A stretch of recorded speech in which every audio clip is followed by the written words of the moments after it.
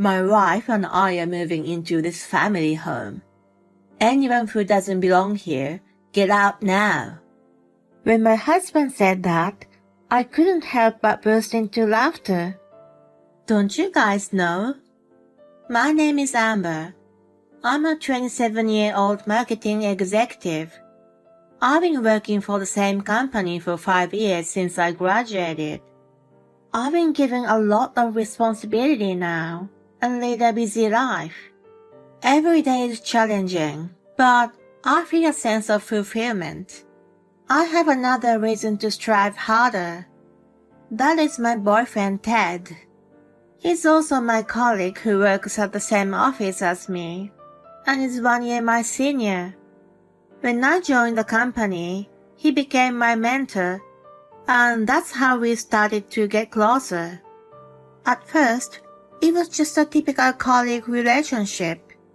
Around the time I got used to my work, he started to show signs of being interested in me as a woman, and began making advances. Well, maybe he was waiting for me to become independent. The truth is, I was secretly attracted to him. So I was thrilled when he confessed his feelings to me. By the time I turned 25, in my 3rd year as a career woman, we officially started dating. We kept our relationship a secret from our colleagues. I was happy to see each other every day at work, and it was fun to go on dates after work or on weekends. It was delightful to have a good balance of work and private life. Our relationship was smooth sailing. Both of us were good at separating work and personal life, and we fulfilled our work responsibilities diligently. When both of us had a lot of work, we would stay late together and divide the tasks. I think we had a very good relationship in that sense. Then one day, someone at work found out that we were dating. It happened when we were walking together in the city on Valentine's Day. One of our coworkers saw us holding hands. Well, even without that, it wouldn't be surprising for people to assume we were dating since it was such a day. Although they teased us at first, everyone was supportive of us, saying we were a well-suited couple. It also helped that we both worked hard at our jobs without mixing our personal or professional lives. Since we produced good results, our superiors didn't say anything special about it. Thanks to that, we were able to continue our relationship smoothly. And then after 2 years of dating, he finally proposed to me. "No matter how I envision my future, I always see you by my side. So I want you to walk through life with me. Will you marry me?" Yes. I was overjoyed by his wonderful proposal so much, so that I almost fainted with happiness. I spent some time gazing at the engagement ring and couldn't stop smiling. We immediately went to meet each other's parents. First, we headed to his parents' house. "Very nice to meet you. I'm Amber." "Wow, you're beautiful." "That's very lucky." "Oh, you're too nice." No, you don't have to be modest." "That's right. That's really lucky." "Hey, you guys are putting me down too much, don't you think?" His parents were very friendly, kind and funny. Their smiles never fazed, and we had a pleasant time from start to finish. "Your parents are so nice." "I'm glad to hear you say so." "It's my turn now, isn't it?" "I'm nervous to meet your father." "He's also nice, so you don't need to be nervous." "Yeah, but I still do, you know." "Will he approve of our marriage?" "I've already decided to marry you, so it doesn't matter if he does or doesn't. Besides, he's not the kind of person who would interfere with his daughter's marriage based on his own opinion." "Well, that's good to hear." He seemed a little relieved but still quite nervous. Then a few days later, the day came for us to visit my parents. Did you sleep last night? I know you're teasing me, right? I couldn't sleep much. I knew it. While having that conversation, we walked a few minutes from the nearest station to my parents' house. Welcome, guys. My mom greeted us at the front. It's nice to meet you. I'm Ted, the fiancé of Amber. Oh dear, you seem so nervous. Yeah, he is. When my mom and I started laughing, he joined in and seemed to ease his tension a little. As we headed to the living room, my dad was waiting for us. Ted introduced himself politely, just as nervous as before. My dad welcomed him with a genuine smile. Nice meeting you too. I'm new. Seeing him return the greeting warmly, Ted seemed to relax a bit. From there, we carried out our conversations cheerfully. Ted, please take good care of our daughter. Yes, of course I will. They shook hands firmly. I watched them with a smile, feeling delighted. Afterward, we proceeded with the preparations for the wedding. During that time, we had dinner with both families. There was a cheerful exchange between the parents from both sides. Amidst that, there was another person from my side of the family who was meeting Ted and his parents for the first time. Hi, I'm Sarah. Nice to finally meet you. You're a pretty good-looking guy. That was how my sister introduced herself to Ted. She's 5 years younger than me and was a 22-year-old college student then. Since she was still in the student mindset, she tended to be a little hyped up. Ted had great people skills, so he easily clicked with her energy. Really? It's the first time someone said that to me. You're good with flattery. You're being too modest. You seem very nice, Ted. You found a great guy, Amber. I know. She had an outgoing personality and a light-hearted attitude. I thought she would have gotten along well with someone like Ted, who was flexible. Since he was an only child and had no siblings, I wanted him to enjoy having a sister too. The dinner with the two families went without a hitch and ended pleasantly. A few months later, Ted and I held our wedding. We had many discussions and put a lot of effort into the planning, so we were quite pleased that it turned out exactly as we had hoped. Our colleagues and friends seemed genuinely happy for us, which made us feel truly blessed. Right after the wedding, we went on our honeymoon, and upon our return, we started our newlywed life. I was exalted to live with my beloved husband. Every morning when I woke up, he was by my side, and he was there when I went to sleep as well. Moreover, since we worked at the same company, we commuted together. It was like a dream to be with him all the time. As we were both busy, we shared the household chores. He liked cooking and was better than me. Even with simple dishes like mac and cheese or grilled salmon, he added a little extra touch, making them incredibly delicious. I felt fortunate to have a husband who was not only an excellent cook but also brought me joy. We collaborated and handled chores while fulfilling our respective jobs. Our colleagues praised us as an admirable couple. When we were not working, we mainly indulged in our shared hobby of watching movies. We loved foreign films and enjoyed 2 or 3 a day. We watched a considerable number of movies throughout the year. What shall we watch next weekend? I often browse movie review websites during my lunch break. Our married life was filled with simple happiness.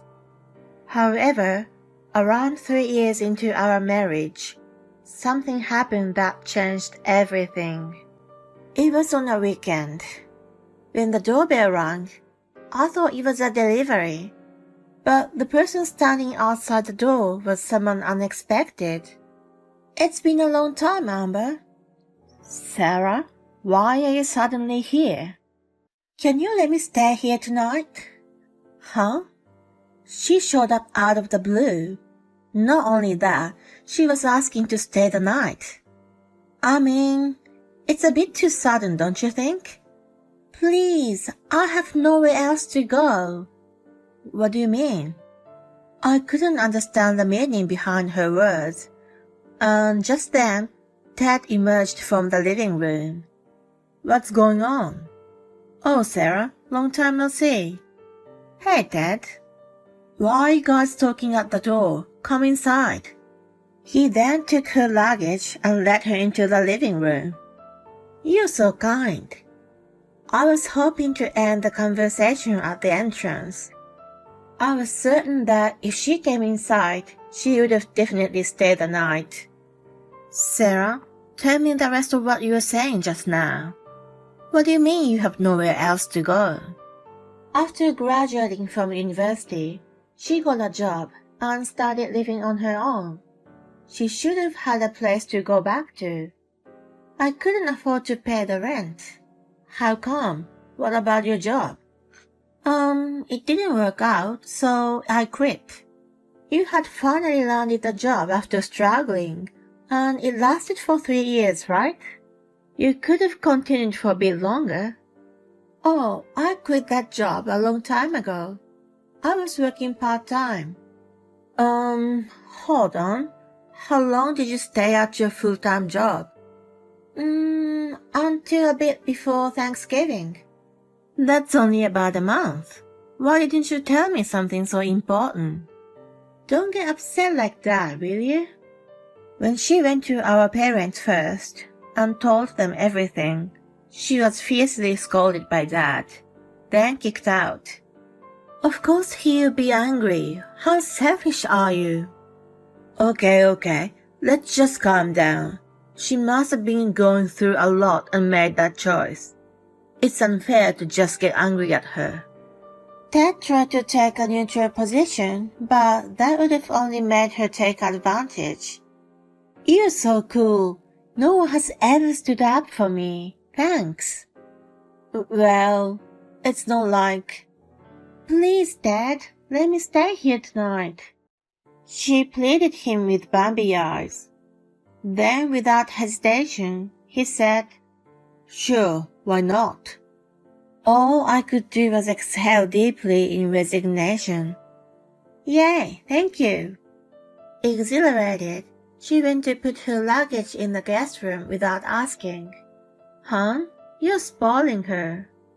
You think so? But we're siblings, so we have to help each other. He didn't seem to grasp my concerns. I knew she would have never wanted to leave our place. My intuition was right, and she stayed for a while. You're an amazing cook, Ted. Really? Thank you. Ted never asked her to leave, and they always seemed to enjoy their meals together. Even when I told her to leave soon, she wouldn't listen. When I spoke to Ted about it, he said it was lively and fun. I had no choice but to talk to my parents. They were so mad that they immediately came to our house. Sarah was taken aback by their sudden visit. Dad gave her a harsh scolding, which made her finally reflect on her actions. She decided to leave soon, and at last I was going to be free from her. But then came the drama. I had just returned home from a 3-day business trip. When I entered the house, Sarah's jackets were gone from the closet. There was no luggage in the guest room either. I thought she must have left while I was away. I went to the dining room and found a letter on the table. I expected it to be from her. I picked it up and was absolutely stunned when I read the contents. I'm sorry, Amber. Sarah's leaving, so I decided to go with her. You've got to be kidding me. I couldn't help but let out a small cry. I rushed to Ted's closet only to find it empty. My sister and my husband had eloped together. I called and messaged both of them several times to no avail. I crumbled down to the floor. They had been having an affair under my roof. He had chosen Sarah over me. All of those were like a kick in my gut, and I didn't think I could recover from the immense pain. I called my parents and asked them to come over right away, and also sought advice from the police. However, I was told that I couldn't file a missing persons report, and I lost hope of locating them. I found out that Ted had resigned from his job while I was on a business trip. And just like that, he disappeared from the office. Soon after, I received the divorce papers in the mail. I desperately tried to find them, but it seemed impossible. I reluctantly signed the papers and submitted them, pretending to be a complete stranger to my husband. I hoped that I'd never have to go through such a painful experience again. People around me sympathized with me, understanding how cruel Ted had been. Work became the only way to distract myself from the pain. I focused solely on my work from then on. 10 years passed in the blink of an eye. I was still working as hard as ever. Then one day, unexpected visitors showed up at my house. Hi, Amber. We're back. We had nowhere else to go, so we came here. Unbelievably, Ted and Sarah appeared after 10 years. I wondered what their intentions were. The house they came to was my parents'. They shamelessly showed up without a trace of embarrassment. I took a deep breath. It's pointless for you to have come. They refused to listen to me and tried to rely on my parents. Dad will forgive us after 10 years, don't you think?